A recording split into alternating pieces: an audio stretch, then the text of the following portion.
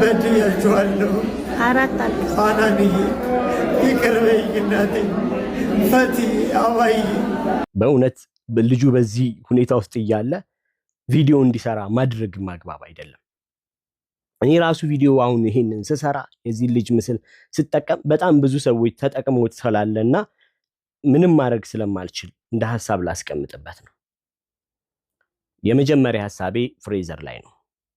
ፍሬዘር ትላንትና ይሄ ልጅ ወዳንተ ሲመጣ ለህግ አሳልፈ ሰጥተው ቢሆን እንደዚህ ባታረግ ኖሮ በጣም ብዙ ነገሮች ይሻሻሉ ይስተካከሉ ነበር።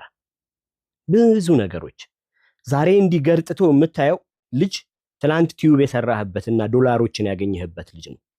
እንግዲህ ያ ሳንቲም የሱ ደም የሱ አጥንት የሱ ሞራል ተከስክሶ ኪሴ የገባ ብር ማለት ነው። እናትየው የምታነባው እንባ የምታለቅሰው ለቅሶ አንተ ቲዩብን የሰራህበት ብር ነው። እንባዋ ኪስ ውስጥ ነው። አንድ ወንጀል መሆኑ ሲታወቅ በህግ ማዕቀፍ ውስጥ አድርጎ ሰው እንዲቀጣ ከማድረግ ይልቅ በመንጋ ፍርድ ራስህ በራስህ ጊዜ ጉዳዩን አስበህበት ከመቶ ምናምን ሺህ በላይ ቲዩብ አካውንት ያለ ሰውዬ እንዴት ግን አስቻለ እስከ መጨረሻ አንድ እንደዚህ አይነት አጸያፊ ነገር ከሚያደርግ ሰው ጋር እስከ መጨረሻ ለመቀጣጠር ራሱ መጻፍ ያንተን የጭንቅላትህን ማለት ነው አካሄድ በጣም ያስታውቃል። በደንብ ነው ሰው አሁን ጤነኛ ሰው እንዳንተ ያደርግ። ጤነኛ ሰው በጣም በተለየ መንገድ ነው ሰዎችን ትሪት አድርጎ ወደ ተሻለ ነገር ይዞ የሚመጣው። ሌላው በጣም የሚገርመኝ ነገር ሶፎንያስ በጣም ብዙ ሚስጥር ነግሮኛል፣ ባለስልጣናትም እዚህ ጉዳይ ውስጥ ምናምን ብለ ሙሉ በሙሉ የባለስልጣናትን ስም ጥላሸት ቀባው።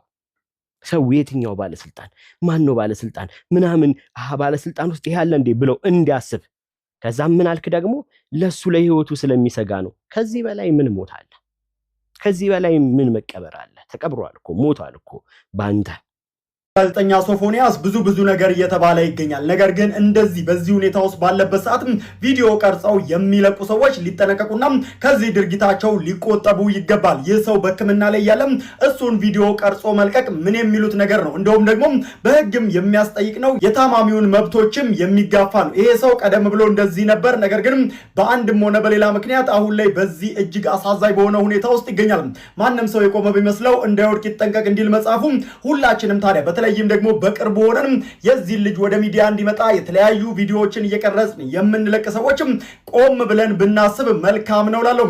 ይሄ ወንድማችንም ታዲያ ተሽሎትና ጤነኛ ሆኖ ከብዙ ችግሮቹ አገግሞ እናቱ ለቤተሰቡ የሚመለስበት ጊዜ እንዲቀርብ መልካም ምኞቴንም እገልጻለሁ።